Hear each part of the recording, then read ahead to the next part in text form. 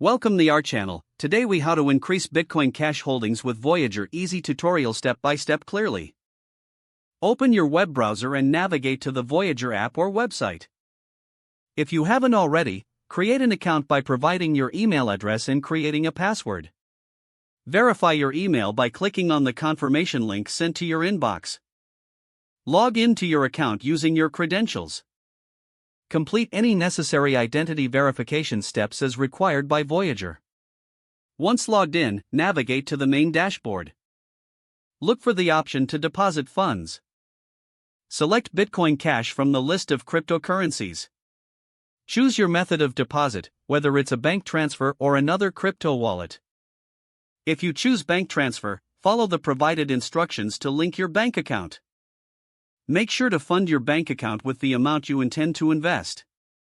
Once your bank account is linked, input the desired amount of Bitcoin Cash you wish to purchase. Review the transaction details, including fees and estimated delivery times.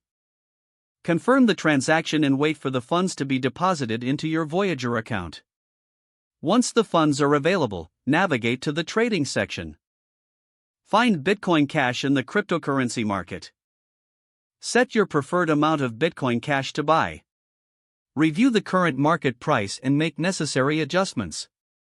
Confirm your purchase of Bitcoin Cash.